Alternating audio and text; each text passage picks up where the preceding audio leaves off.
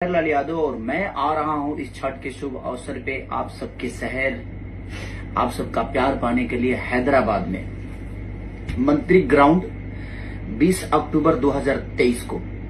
और हमारे एमएलए महिपाल रेड्डी जी जो कि पिछले साल भी हमें बुलाए थे, इस साल भी बुला रहे हैं। और हमारे संदीप भाई जो कार्यकर्ता है वहां के, बड़े प्यारे भाई हैं हमारे, और वहां बहुत प्यार मिलता है मुझे उनकी फैमिली से।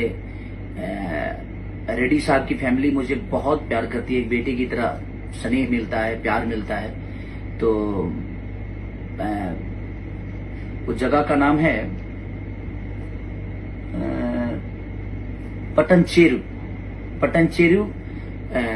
पटनचेरू के मंत्री ग्राउंड में।